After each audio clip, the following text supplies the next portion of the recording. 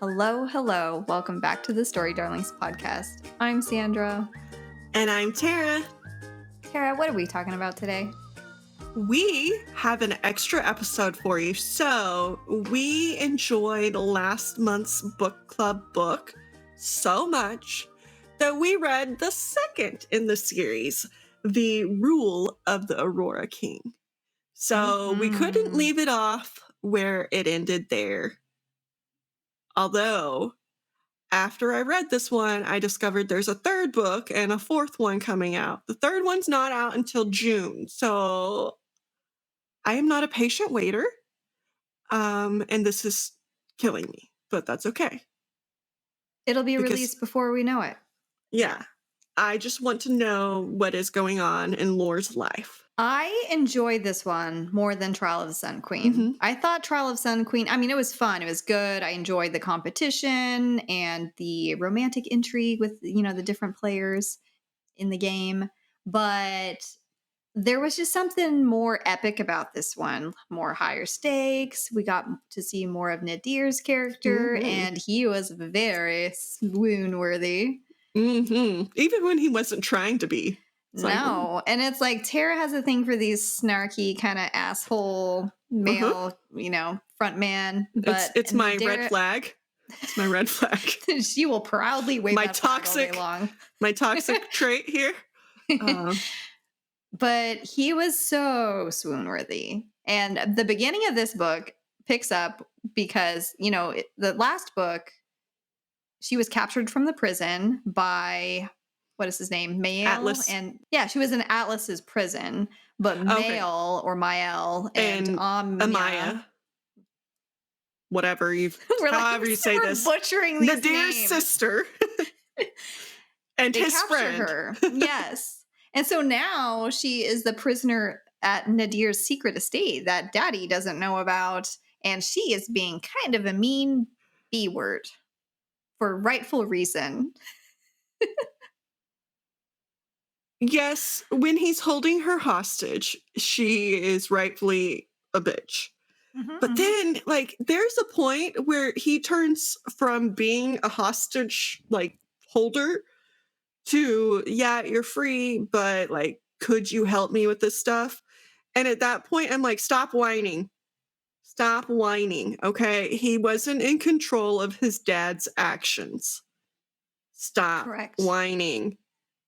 Stop holding it against him that his dad did something. Obviously, he didn't agree with that. The way that you said that, it was a very similar reading journey to, reading Throne of Glass and Selena hating Dorian. And it's like when she really hated his father and the things that he put her and her family through, it was a very similar thing, right? Yeah. Yep. But I loved all of the little banter, snipey moments between Nadir and Lor because she's yelling things at him. She's hurling things across the room. And he go as far to make her sleep in the floor of his bedroom, with him and his two dogs. Yes, and he doesn't even just make her do that; he chains her to the. But I also enjoy the people that we can't pronounce their names take on this because I think it was Mael who's just yelled at one point, "Just go fuck already." Yes, that was. Oh, I'm glad you brought up that line. It was so because good. He was "This is foreplay."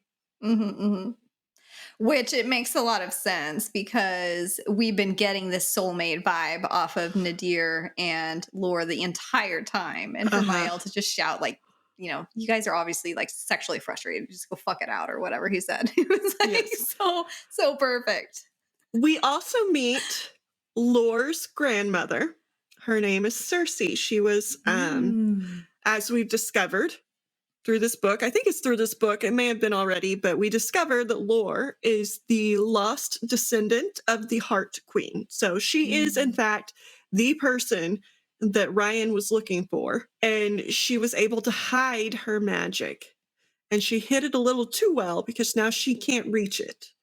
But we meet Cersei, who is her grandmother, and Cersei was the Heart Queen that destroyed the world, and we get a little bit more backstory into that and into Cersei's life before she destroyed the world. And so when we first meet her, she is being like drawn out to be betrothed to the second son, SON, of the son, SUN, king. And so we find out that Atlas was never supposed to be the Sun King. Mm-mm. His brother Kairos, we don't know what happened to him, but we do find out that the primary cannot kill the current one in power, or their powers will be stripped, right? Yeah. And the like primary will go to a different family. It's safe to say, or at least I think it's safe to say, that Atlas did not kill his brother, or he would not be the primary or Sun Directly. King. Yeah. Right. Yeah. But we find out that he was never supposed to be that. His brother was, and he was being betrothed to Cersei. So dude tried to get in like, and he did get it on with the granddaughter of his first wife to be, which is just creepy to me. Like, ew. But he was supposed to marry Lor's grandmother. What was your hot take on Cersei as a character, like as a person? Bitch is crazy. That was my take too. I was like, okay, calm down on the power trip. I liked her. I liked the story because we also see like she, right after she like fucks like hard nose Atlas because he wanted to put her through the sun trials, right? And she's like, no, I'm already a queen on my own. Why the fuck would I want to do that? Mm-hmm. Right? And so she's like, hard pass. And she pisses off her mom, and her mom's like, well, then I'm not going to give you the throne because we really need them as alliances. And she walks out and she meets Wolf, who is the Woodlands king. And they are mates, which we do find out that that is a thing in this world. Because me and Sandra were picking up on this mate vibe between Nadir and Lor this whole time. And we find out that, in fact, that is a thing in this world. And that these two are, and they are acting very, very similar to Lor and Nadir. And so they get together, right? Mm-hmm. And in this, produce a child. And we hear about this child, but everybody else thinks this child doesn't survive. Whatever happens when Cersei destroys the world, right? Nobody thought this child survived.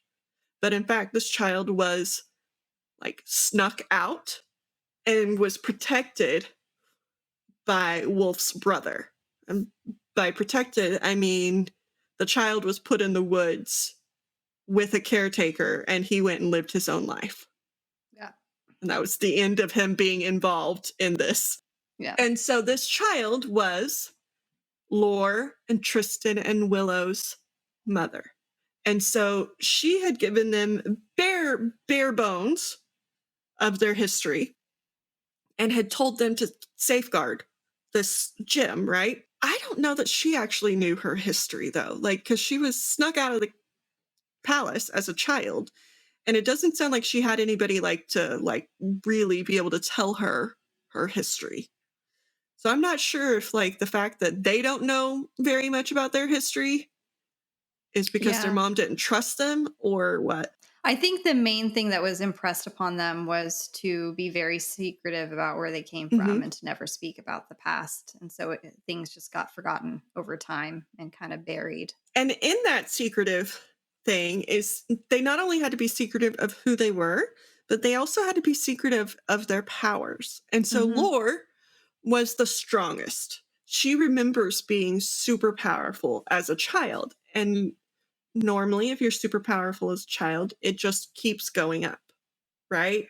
And so the fact that she was super powerful as a child, Nadir's like, once you get your powers back, like, there's no telling how powerful you'll be. And her grandmother was the most powerful primary ever to exist. So we're talking like Reese level of power, right? Like the most powerful. And so we get some hints that Lor is going to be crazy powerful if we can figure out how to like get her powers back. Unlock her. Yes, but the other thing that they're hiding is Heart has a special power that nobody knows that Heart has.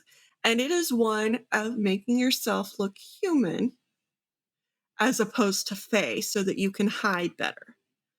And so Tristan and Willow, after they make it out of whatever the like Nostraza, is that what it's Mhm. called? Yeah. Nostraza, Nadir's sister, and Helene, like basically kidnap them out so that Lor has a reason to help them. And they come and start living at this secret house, right? And they are able to break themselves out of their human form. But Lor is not. So she's like just stuck in her little human form. She reminded me of like in Shadow and Bone, Alina like wasn't able to channel the light power on her own, except with like an amplifier or some reason to like help her. Like it's just that Mhm. suppressed from childhood. Definitely reminded me of that. You get this, or I got the sense that part of the reason it's taking her so long is because her power was so big that she had to work extra hard to hide it, Uh-huh. and to keep it in. The way that it's described, her power being wound up, just like layer after layer after layer woven Mhm. around it and locked. I think it is maybe harder for her to get to it because she had to do so much to hide it. And I think there's also like an emotional, like Mm. intellectual, like fear for Yeah. her of her power because at such a young age she was told to fear it and to hide it and to whatever. And so I think that there's some emotional part to it too, to the hiding of it. Definitely a defense mechanism there. Mhm. Trauma. It kind of reminds me of like Poppy from Blood and Ash levels of power, potentially, depending on, how that plays out in the next book. There was a funny scene with like Lore trying to escape and Nadir just catching her in the woods, which it kind of reminded me of Akatar, honestly. Like when, Mhm. Feyre's thinking about trying to get out, just like Beauty and the Beast, like Belle trying to get out of there. It did remind me of that. But it's like this instance where finally, I mean, it wasn't a good interaction between the two of them, but it kind of opens that door for them to start having like more like shared moments and conversations. And also, there's this ceremony called Frostfire coming up. And I love like anytime there's a big celebration or a ball, just a reason to get dolled up and stuff. I like live for those scenes for some reason in these books. Well, and I love those scenes because like just watching Nadir, like you can tell he's in love with her, right? He can't tell he's in love He's with her. he's so He's a grumpy little bit about it. behind on this. And she's in love with him, and she's also a little bit behind on this. And they are just like fighting it so much, but you get these glimpses during this frostfire of those feelings. And like Nadir's come out as being very, very possessive Mhm, outwardly mhm. because he can show his possessiveness and he like attacks two people because they got too close to her. And then hers comes out as possessiveness too, but in more of a catty way. Like Mhm. he is seen flirting with like one of his former girlfriends, if that's what you want to call it. And she is just getting so mad. And then she's like turning it in on herself and like, why am I not good enough? Mhm. I don't know how many times I've had the super possessive man and then the woman who's like, "Well, obviously I'm not good enough for him if Yeah. he's gonna do that." And it just it hit home. All of this to say, like, the whole time, Nadir is trying to get information out of Lore, and she's very resistant to share anything, demands her brother and sister be released. And so finally, like, it was one of the most emotional, touching parts in the beginning of the book is like she comes in and they're there waiting on her, freshly freed from the prison. And up until this point, she has only called them her friends. Mhm, But the mhm. second they meet in person, like everybody in the room is like, they are not just friends, that's her family. Mhm. And so Nadir and his sister, I'm not ever going to pronounce her name again because, like, Amya. Amia, okay. His sister are like looking at each other because they felt that same emotion before and they can tell exactly who these people are to her. And so they get in their feels too. And it's really cute. And then Nadir is like, he lets them go off on their own to, like, you know, share their secrets or whatever, Yeah. get their alone time. But then he knocks on the door and he's like, just checking in. It's like he can't even stay away. Mhm. He can't stay away. It's so cute. And he's like fighting it so hard, but he can't. What I also thought was cute was Amya and the sister getting together because didn't they start Yes. getting, like, very romantic toward the Yes. end, like, as it Well, went on? okay, but we don't know because, like, they slept in the same bed and they were there and we got that sense, but then their explanation was that Willow was having nightmares and Amia whatever was staying there to help her. And I got the very, like, I mean, I also felt like they were getting together, right? But I also get the sense of Amia, whatever. Is that Amia? Ami Amya, Amya. Yeah, okay. Anyway, I got the sense off of her that she is more empathetic. And because she felt some of the things that I think Willow is feeling, like, I think she also could be the person that would just be there because she knows what the other person's going through. Mhm. And so while I do think that they were getting together, I could also believe that she was there just to help Willow because she knows exactly what's going on with Willow and the deep, like, torture that happened to her. Speaking of torture, during Frostfire, they go to the keep to celebrate, but they're also looking for the crown. And there's one place called the Vaults that it just, like, she cannot enter. The smell is very traumatic for her. It's very much like a PTSD episode going on. And so she leaves the vaults and she has this heart to heart with Nadir about why that happened. She basically tells him that his father tortured her as a child to see if she had power.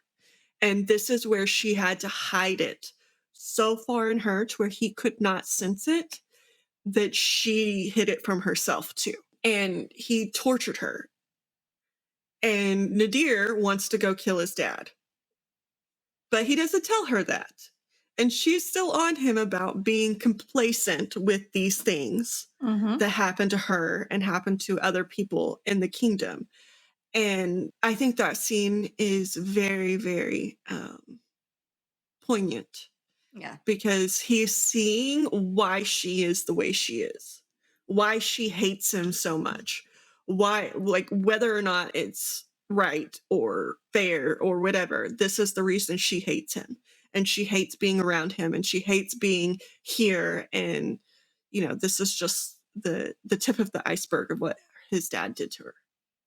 Yeah, and I got the sense that Nadir kind of was suspicious of all of this and could anticipate it, but to hear it confirmed just already Hmm. was ammo added to his arsenal for when he takes down his father because he hates him. He's had a Yeah. few things confirmed, like the Yeah. rape in the jail, all of those things. And then we also hear why he hates his father with such a burning passion and why he's willing to do anything he can to get him deaded, right? Get him unalived. And it is because of Nadir's mother, who we Hmm. meet in a flashback episode with Cersei. We meet little baby Nadir. Like, he's probably this big for sure. Um, and little baby Nadir and Cersei and Wolf are there and they're talking to Ryan and they're, like, plotting to make an alliance since Deidre isn't allowing Cersei to have the crown, right? And Wolf sees the little baby and he's playing with baby Nadir. and you can just see that he wants a baby and he'd be such a great dad.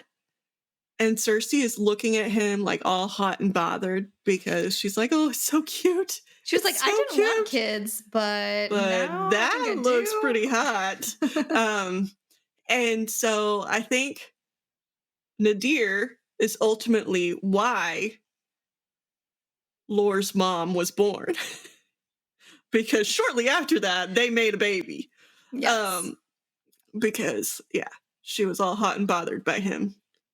I love that Nadir took Lore to meet his mom Hmm. in that scene. Like, And he his mom likes is her. like, is basically like just staring out the Yeah. door She's like a shell. very catatonic. Hmm. Hmm. Yeah. And then the very like end of Cersei's story, I love that we see that she was pregnant and she had the baby. And we see Wolf like basically saying, "We will find you," and telling the person to take the baby to his brother and tell him to take care of it. And like even Cersei like gets this maternal vibe and is very maternal about the baby. And so I loved seeing that from like the beginning where Cersei did not want a baby. We knew Wolf would be a good dad and he does. And then we know, we don't see this in the book, but we know something drastic happens right at the end, right? We know it. Hmm. Because she is known for destroying the world. So we know something happens. We know that the baby is taken out, so we know it happens right after the baby is taken out. And so it just tugged at my heartstrings when he's telling the baby that he'll come back, Yeah. knowing that they don't get to. They don't get to experience motherhood, especially after she just came to terms with being a mother. But also, though, Tara, like Wolf, I 100% liked him the whole time. But Cersei, I was just like, okay, if you care about your daughter so much, why are you going through all this shit? Do you really need to own the entire world, basically? Yeah. Like, she Yeah. was such an unlikable person. And the things that she was doing, like kidnapping that priestess and like Hmm. imprisoning her to the point of this bitch went nuts. And then still, like, yes, you're going to perform this ceremony still.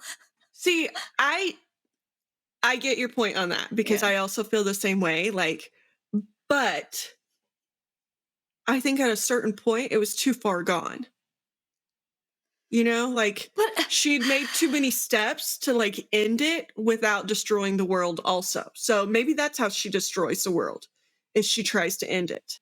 And what also got me was like right when all this shit is happening at the end, the 286 years before Cersei, her mom is like, "Why didn't you just talk to me? Like I was never going to withhold it from you. I didn't think it was the right time to make you primary because of, XYZ."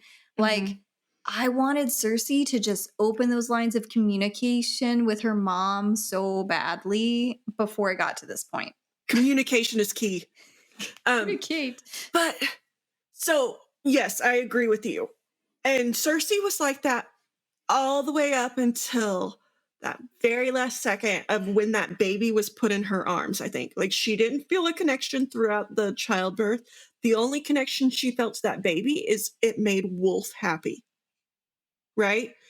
Up until that baby was put into her arms, I don't think she felt it. And then once that baby was, I think she felt it, but I think it was too far gone for her to do anything. Yeah, because now you have Ryan breathing down your gate. Hmm. Yeah. And so I agree with you, but I also like I feel like there was some story behind that. But yes, Cersei, I felt bad because I think Cersei could have turned into a better person. It's much like Caltaine and Lysandra.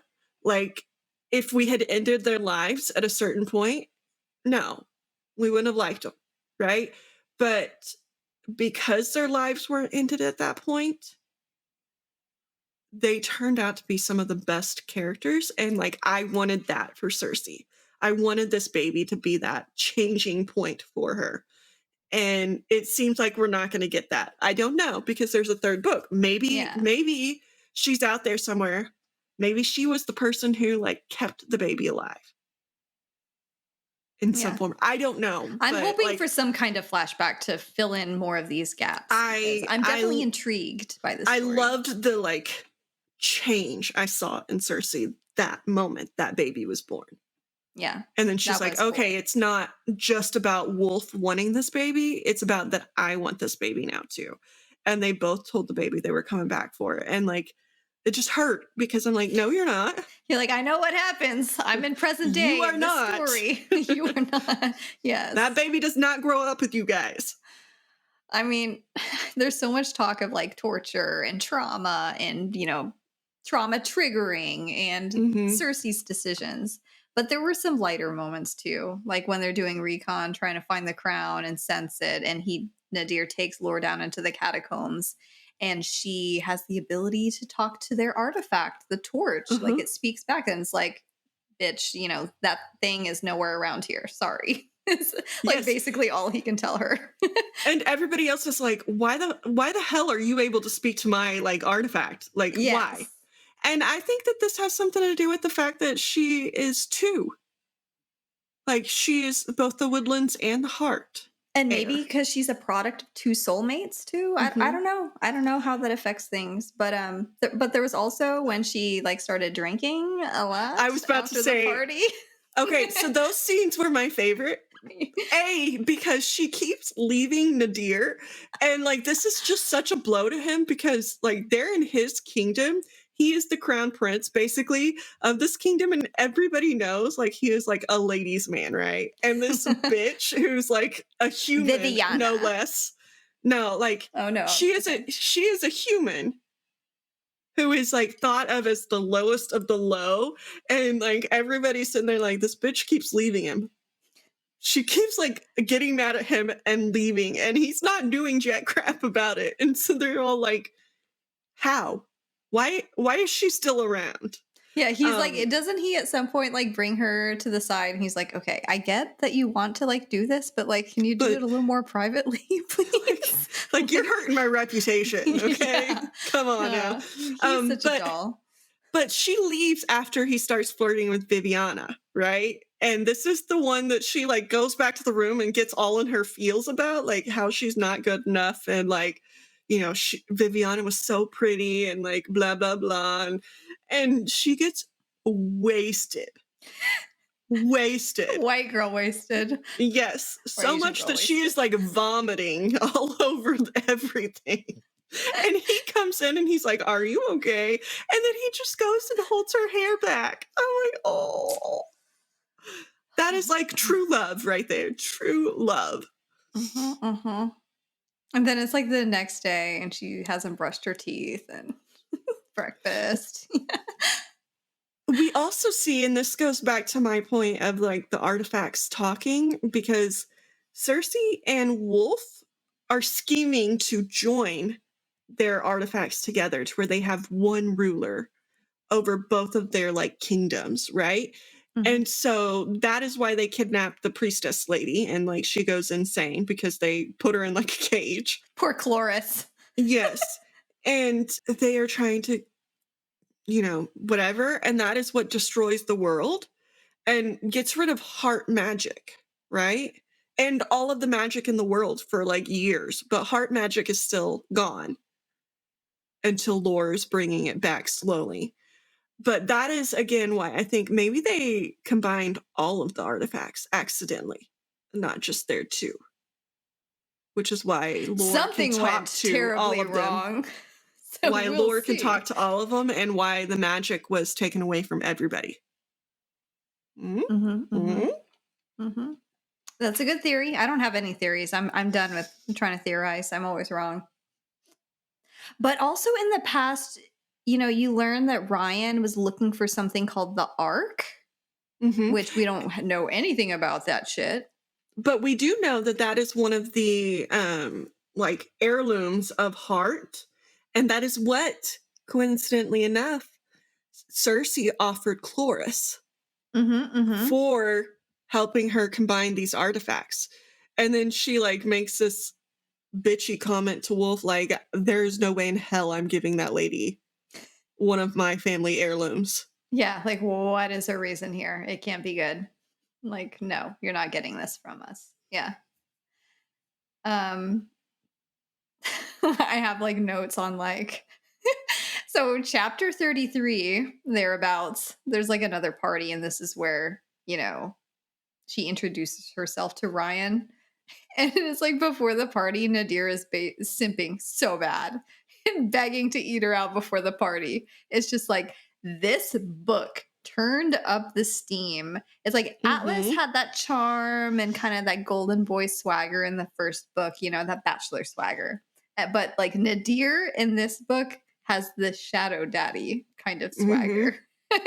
And Lord, Or in his sense, he's a rainbow daddy a rainbow, because his yes. power is like Aurora rainbowish. Borealis and yes, that's true. Yes. So things are steaming up between them. Yeah. And this is also where Nadir causes a scene quite drastically because she is trying to get information out of Vale, who Nadir tells her is like, he can't keep his mouth closed. He can't keep a secret. And he's like, doing some secret mission for his dad. But if you can get him talking, he will tell it all, right? And so she's over here trying to get him talking, and Nadir is with her at the beginning, and then his dad calls him away, and so she's just keeping on, and she's like flirting with him to get him talking. And she's like, "Oh, tell me more. That sounds so like amazing." Like, poor little me. I've never been anywhere. Tell me about your journey. I'm a And stupid human. and then yeah, and the deer walks in as she's doing this, and he goes crazy. And she's like, "I almost had the information we needed, dumbass." I just feel her so much Doesn't in he those break all scenes. the bones in Vale's hand or something? Yeah, like Like he does.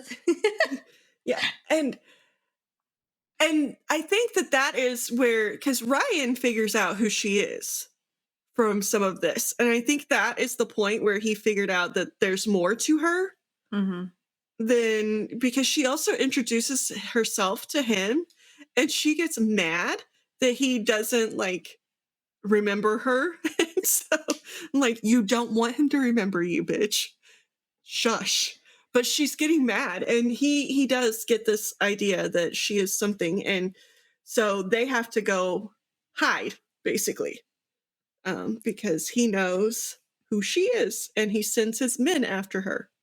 Yeah. At least from, the catacomb trip, talking to the torch, and then this weird shit with the dad, they do figure out, okay, maybe the crown is hidden somewhere in Heart. So we're Hmm. going to go to the palace, camp out there, just the two of us, and see if you can sense anything. And it becomes kind of a nice little simple For a little couples while. trip for a little tiny, but like the tiniest sliver of a moment, because the next day they wake up and it's like they're surrounded. Well, no, I mean for a little while until she gets pissed off at him again. Yeah, that too. They have a very feisty relationship. It's very spicy, fiery. I don't remember what he did, but there was a moment where she was all for him, and then she's like, no, I hate your guts now.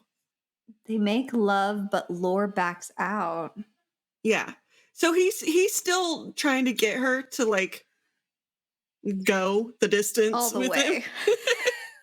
um and she keeps like finding a reason to back out, and there is a point where she is willing, but then he says something or does something, and it like just brings home that like they are two completely different people, hmm and also brings her back to he was okay with what his dad was doing, I think. And so she's like, I can't. She has a lot of triggers that, yeah. But then we see Ryan, Yay. and he attacks them. Nadir is doing his best to keep them safe, but he is losing the battle, right? His dad's magic is stronger than his, and he is losing the battle. And then all of a sudden, we see some red lightning come down and trap Ryan. And if we remember back, she said when she was little, all she remembers is that her magic was destructive and that there was red lightning. And so we know as soon as we see the words red lightning, it is Lor who's tapped into her magic and is able to, like, not only with this itty bitty amount of her magic that she is able to tap into, because we also see that it's not her full powers. She is not there yet. But with this little bitty amount, like, she is able to hold Ryan no problem. Mhm. It's like she has all of heart magic in her. So they do find the crown there. She blasts through a wall. And then by the time they're surrounded and she saves the two of them, they are able to make a run for it back to the secret estate that Ryan doesn't know about, supposedly. Who knows? But he hasn't discovered it yet. And so they run back to tell everyone that, oh, hey, gig's up. They know about Lore and the rest of you potentially. They knew before. Like, that trip, they ran Mhm. back after he found out at the keep, and they were Yeah. still supposedly safe. Yes. So, And so they're hoping that Ryan didn't follow them to the secret estate. Um, but they pretty much come to the decision, well, the mirror back in the Sun Kingdom said that when we find the crown, to come back and visit the mirror again to talk to it. So that becomes their next goal, right? mhm. And then the next book, which is what Fate of the Sun King, I think is the name of book 3. So I'll be curious to see what happens. And like I said, I really want more of the Cersei backstory to see what became of her and Wolf. Mhm. However tragic that might be. But Yeah. I'm trying to look up what Nadir did that she was like, never mind, I don't want to be with you anymore. yeah, I don't know if he was like, what Because there was chapter did something I? he said that, oh, he called her his. Oh, yeah. She doesn't stand for the possessive. Or he said, tell me you're mine while he was doing things. And she's Ramping like, up. no, I am not yours. I will never be anybody else's again. And I think that that's a trigger from her being raped in prison and Hmm. not having any autonomy over herself. Hmm. She's like, no, I am not yours. I am my own and I make my choices. Sorry, Nadir. You know, it's like, bitch is a little, She needs to work through some things, and you're gonna have to be mm-hmm, patient. yeah. And he's not being very patient. Like, he told her he was going to be patient and slow. No, And then he's but like, like the way that this mating bond, soulmate bond, whatever it is described, it's just so overpowering. And like even she has problems like sleeping at night because she's just like feeling it, and he's like feeling it, and they're just going through it, and they can't do anything about it, really, just because of who they are. I don't know. I'm really excited about it. I'm glad that I can't remember exactly who. I feel like it was a few different people who in the Amazon book club pitched this book to us to read, which I'm glad that we picked it up because they were very fast reads, very entertaining, like very snappy. mm-hmm, Um, and I will have to see the story through to the end. So I have yeah, no idea what's going to happen in the third book, but we shall see. It doesn't sound good for the Sun King. no. And it also doesn't, but like, I am I am gonna go out and venture that, like, because we heard it from the flame, that the flame, like the whatever artifact, he was never supposed to be the Sun King. I have a feeling he is not really the Sun King. He is just like, maybe that's why he wanted Lore so bad, because she would have given him power that he doesn't already have. Because I don't think we ever saw him use his power very much. Besides like the illusion But stuff. that wasn't a very strong power. Like, a lot of people could have that one. And like, everybody in the kingdom has power. But the primary is supposed to have like a ridiculous amount of power. I think we just need to figure out what happened to his big brother and his father, and Mhm. what the plan was there, because he seems just kind of like a schmuck in the Mhm. flashback scenes, like very weak, had He still no seems like a desire. schmuck. Oh, yeah, but, like, "I'm so gorgeous and everybody loves me and I'm the king," kinda thing, Yeah. whereas back then, he seemed very just, "I have no idea what I'm doing, I'm not interested in whatever, and I'm not savvy in court intrigue or politics whatsoever at all." Yeah. Well, and I also get the sense, like, again, I think that there's something going on with him not supposed to be the Sun King. And I think that that is why he's so mad that he got Sun King trial bonded with a chick that doesn't have very much power, like a normal amount, you know? Because I think we're gonna figure out he's not as powerful. And he's never gonna be as powerful because he got bonded with somebody that isn't powerful, and that's why he kept killing the girls to not ever have to bond. Didn't in Trial of the Sun Queen, the mirror tell Lore that this can't This happen can't happen again? again. You can't bond with the Sun King. So there's something, yeah, there's Mhm. something there. You're right. There's We will something to do with see. Atlas and how he's not supposed to be there. I enjoyed this book, and once I got to reading it, which Tara's been busy, y'all. She's a I have. professor. She's been grading shit. Yeah, I still have to grade tonight. Anyway, once I got to reading it, it took me two days, and then I was done Yeah. with it. So it is a very quick read. It is very much a like, what is happening? And the romance is really good too. I like the back and forth. I think like they are very authentic couple because they like I felt the same way that they felt in multiple like scenes. And I think like Lore's whininess sometimes annoys me. Mhm. Because it's Same. like you can either get over this or not. You can't keep blaming a person that had nothing to do with it though. Like I get that you want to think that he had the power, but like you were Yep. your mother and you were the primary of heart and you didn't have enough power to stop Mhm. him. So like come on. But either way, um yeah, I I think that there's good things coming in this third book. Yeah, it'll be really interesting because I mean, there's such this icky situation that she doesn't want to be owned or used by him, right? But he's Mhm. had to be very open, like, hey, I need you to do the bad part in offing my father because I literally cannot do it Mhm. because of, But just how this world works. I want him dead. Like Yes. So it'll, so yeah, I think he's been very honest with her and she has not up to the point of the very last scene with them where she tells him that we have to go to Aphelion. And he's like, no, we just got you out of there. And she's like, well, the mirror said once I got the crown, if I brought it back, they would have a prize for me. And they're like, well, like, why don't somebody else go? And she's like, no, it said for me. And he's like, "Wait, you didn't tell me this." And she's like, "I'm telling you now."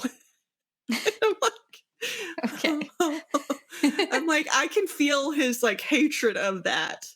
But he's also so in love with her that like he's not mad at her, but like as a reader, I'm like, "Bitch, tell him the truth." Yes, he's getting a little impatient. Like he's trying to be patient with her, Uh-huh. but yes. It's like Aelin in Throne of Glass, where she's like always like 4 steps ahead of everybody else and keeping all these secrets. And, she's keeping so Which many that secrets. annoys a lot of readers too. I mean, I loved it. It, I love the secret keeping and like the holding out, but like this one, I'm like, I can see why he's mad at you. yeah. We're gonna get more of that feistiness for sure. Uh-huh. I can't wait to see it. Yeah. So Well, this was our extra episode this month, and I know everybody is dying to hear the Ever King, which we will give you shortly. Again, we were running late this month. Sorry, my fault. But we will give you an episode for the Ever King. So hope you, in the meantime, enjoyed your extra episode on book 2 of the Trials of the Sun Queen. and we will do another kind of vote or something because there are Mm-hmm. plenty of books that have been submitted and a lot of them look amazing. So maybe we'll Mm-hmm. do another vote here in the near future to see what we read next. So, Yes. And at woohoo. some point when June comes, we may have another extra episode for you for book 3. Ooh, My yeah. 3 is like weird. Book 3 Fate of the Sun King by Nope, this Nisha one's not any Tuli. better. Look at like that space in my fingers. Okay, Okay, anyway. Tara is throwing up gang signs now, so that's when we need to cut the episode because Unfortunately, I'm okay. not. This is just how my fingers work with a 3 here. Oh boy.